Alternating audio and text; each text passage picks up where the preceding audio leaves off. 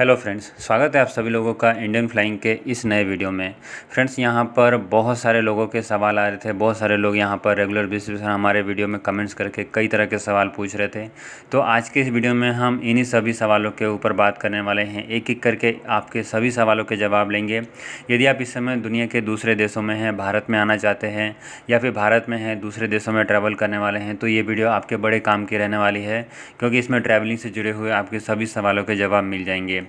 तो यहाँ पर हम एक एक करके आप सभी सवालों के जवाब ले लेते हैं। सबसे पहले यहाँ पर सवाल लेंगे जैनाब कुरैशी जी का। यहाँ पर रेगुलर बेसिस पर इनका सवाल आया था। सो जैनाब कुरैशी जी सवाल पूछ रही हैं कि मेरा सवाल है, मैं मुंबई में रहती हूँ, तो क्या मैं क्वारंटीन से बचने के लिए क्या बेंगलुरु या कोई और एयरपोर्ट पर जा सकती हूँ या नहीं, प्लीज़ रिप्लाई में।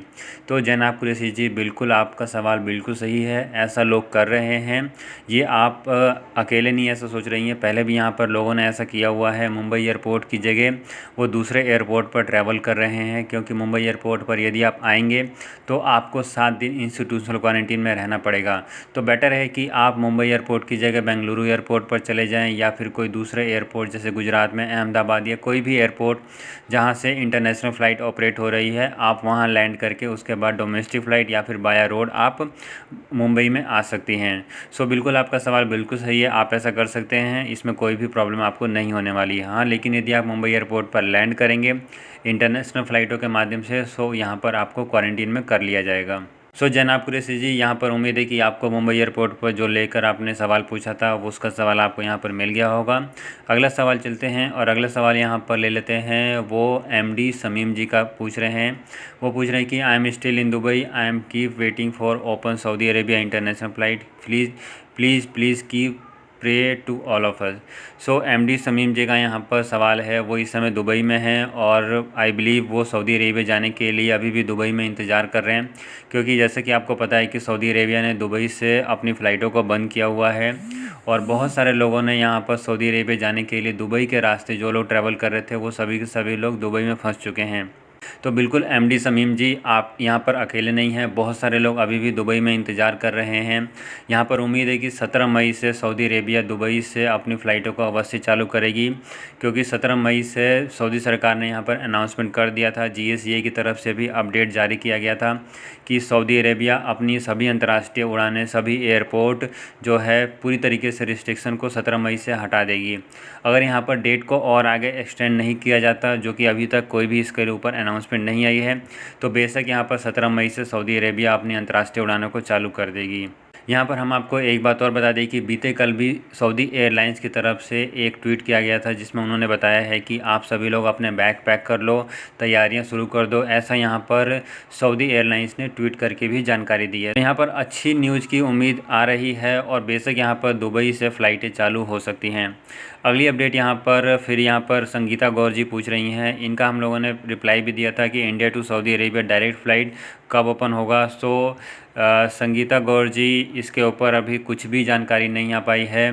India to Saudi Arabia flight चालू होगी नहीं होगी कुछ बोला नहीं जा सकता, क्योंकि इस समय भारत में कोरोना वायरस 2 लाख से ऊपर पहुंच चुके हैं। और जब सऊदी अरेबिया ने भारत में, जब कोरोना वायरस कम था, जब यहां पर 50,000 से कम कोरोना वायरस के केसेस रिपोर्ट हो रहे थे, उस समय जब सऊदी अरेबिया ने भारत से फ़्लाइटों को चालू नहीं किया था।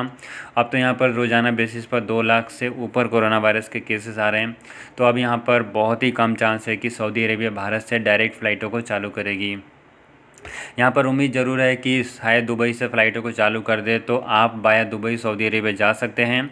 इसके अलावा इस समय बहुत सारे लोग ओमान के रास्ते भी सऊदी अरेबिया जा रहे हैं। ओमान ने भी भारत से अपनी फ़्लाइटों को चालू कर दिया है, तो आप बाया ओमान, बाया नेपाल, या फिर 17 मई के बाद यदि सऊदी अरेबिया दुबई से अपनी फ़्लाइटों को चालू करती है, तो दुबई से भी आप जा सकती हैं, क्योंकि दुबई से आपको काफ़ी सस्ता पड़ेगा ओमान के मुकाबले। तो आप थोड़ा सा इंतज़ार करें, हो सकता है कि सऊदी सरकार यहाँ पर भारत से सीधी उड़ानें चालू कर दे। फ़िलहाल के लिए इसमें कुछ भी नहीं बोला जा सकता।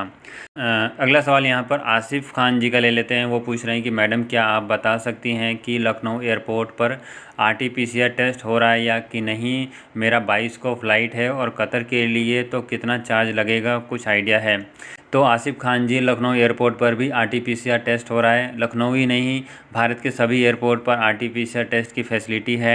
तो आसिफ खान जी, हम यहाँ पर आपको सजेस्ट करेंगे कि आप लखनऊ एयरपोर्ट से भी आप अपना कोरोना वायरस का टेस्ट करा सकते हैं। इसके अलावा आप किसी भी प्राइवेट लैब से भी आप अपना कोरोना वायरस का टेस्ट करा सकते हैं, लेकिन शर्त ये रहेगी कि आपका कोरोना वायरस का रिपोर्ट जो है वो ICMR अप्रूव्ड होना चाहिए, उसमें डेट मेंशन होनी चाहिए और वो QR कोड बेस होना चाहिए। मतलब कि वो QR कोड उसमें मेंशन होना चाहिए, जिसको स्कैन करने पे आपका नाम, रिपोर्ट का स्टेटस और रिपोर्ट की डेट, ये सारी चीज़ें वहाँ पे मिल जाएं। तो ये बातें आप ध्यान रखें। तो आप किसी भी प्राइवेट लैब से करवा सकते हैं, नहीं तो लखनऊ एयरपोर्ट से भी करा सकते हैं। लेकिन यहाँ पर लखनऊ एयरपोर्ट से यदि आप कोरोना वायरस का टेस्ट कराएंगे तो आपको 8 से 10 घंटे का समय लगेगा। यदि आपका घर लखनऊ एयरपोर्ट के पास है तो आप बेशक करवा सकते हैं और 8 से 10 घंटे आप अपने घर पे इंतज़ार कर सकते हैं। लेकिन यदि आपका घर लखनऊ एयरपोर्ट से दूर है तो हम आपको सजेस्ट करेंगे कि आप अपना टेस्ट पहले से करा कर आएँ और उसके बाद आप लखनऊ एयरपोर्ट से आप अपनी फ़्लाइट लेकर ट्रैवल कर सकते हैं। तो आसिफ खान जी, उम्मीद है कि आपको आपके सवाल का जवाब मिल गया होगा। अगला यहाँ पर सवाल ले लेते हैं। वो पूछ रहे हैं राकेश सिंह जी का, वो पूछ रहे हैं रसिया जाने के लिए फ़्लाइट कब चालू होगा। तो राकेश सिंह जी, रसिया के लिए फ़्लाइट अभी भी चालू है। एयर इंडिया और रसिया की एयरलाइंस कंपनी एरोफ्लोट, ये दोनों यहाँ पर अपनी फ़्लाइटों को ऑपरेट कर रही है। रसिया की एयरलाइंस कंपनी भारत के लिए फरवरी महीने से ही अपनी फ़्लाइटों को चालू कर चुकी है। दोनों देशों के बीच में एयर बबल्स के तहत फ़्लाइटें ऑपरेट हो रही है। आप यदि रसिया के मॉस्को शहर के लिए ट्रैवल करना चाहते हैं तो आप दिल्ली एयरपोर्ट से जा सकते हैं। इसके अलावा गोवा एयरपोर्ट से भी रसिया के लिए फ़्लाइट ऑपरेट हो रही है। तो भारत के 2 एयरपोर्ट से रसिया के लिए फ़्लाइट जा रही है। आप किसी भी एयरपोर्ट से ट्रैवल करके जा सकते हैं। अगले सवाल की तरफ चलते हैं और अगला सवाल यहाँ पर सोनी जी पूछ रही हैं, मैम अभी कोलकाता एयरपोर्ट में इंटरनेशनल फ़्लाइट चालू है कि नहीं।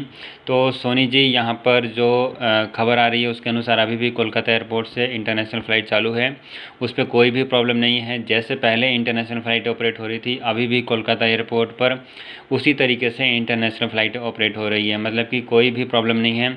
आप यदि कोलकाता एयरपोर्ट से इंटरनेशनल फ़्लाइटों के माध्यम से ट्रैवल करना चाहती हैं तो आप आसानी से ट्रैवल करके जा सकती हैं।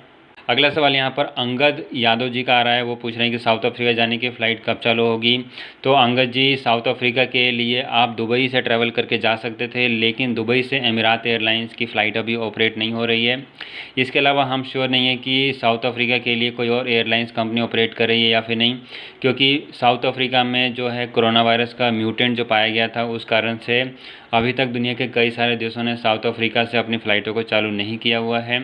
तो अभी फ़िलहाल के लिए साउथ अफ्रीका के लिए भारत से तो सीधी उड़ानें चालू नहीं हैं, इतना तो श्योर है। लेकिन बाया दुबई आप एक बार चेक कर सकते हैं। एमिरात एयरलाइंस के अलावा यदि कोई दूसरी एयरलाइंस कंपनी फ़्लाइट को ऑपरेट कर रही है तो आप जा सकते हैं। इसके अलावा एमिरात एयरलाइंस हो सकता है कि मई महीने से अपनी फ़्लाइटों को चालू कर दे। जैसे ही एमिरात एयरलाइंस की तरफ से कोई खबर आएगी हम आपको वीडियो के माध्यम से बता देंगे। आप हमारे चैनल्स को फॉलो करके रखें ताकि आपको रेगुलर बेसिस पर अपडेट मिलती रहे। अगला सवाल यहाँ पर रमेश पंचाल जी का आ रहा है। वो पूछ रहे हैं पुणे एयरपोर्ट के न्यूज़ बताएं प्लीज़।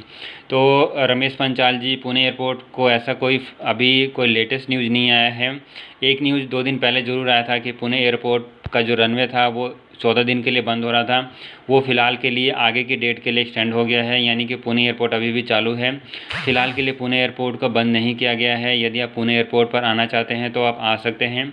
और पुणे एयरपोर्ट को लेकर अभी भी कोई भी लेटेस्ट खबर नहीं है जो हम आपको बताएं। बस यही है कि पुणे एयरपोर्ट जो फ़िलहाल के लिए 14 दिन के लिए बंद होने वाला था, वो हो सकता है कि मई महीने में बंद हो। अप्रैल महीने में पुणे एयरपोर्ट बंद नहीं हो रहा है। तो फ्रेंड्स, ये थे सभी सवाल जो कि रेगुलर बेसिस पर आप हमसे पूछ रहे थे। यदि आपके सवाल रह गए हैं जो हमने इस वीडियो में नहीं दिए हैं तो आप नीचे कमेंट्स करके पूछ सकते हैं। हम कोशिश करेंगे कि उसको भी हम अगली वीडियो में ले लें। चैनल के साथ आप बने रहें, जैसे ही कोई भी लेटेस्ट अपडेट आएगी हम आपको वीडियो के माध्यम से अपडेट करते रहेंगे। आज की वीडियो में फ़िलहाल इतना ही। वीडियो देखने के लिए आपका बहुत बहुत धन्यवाद।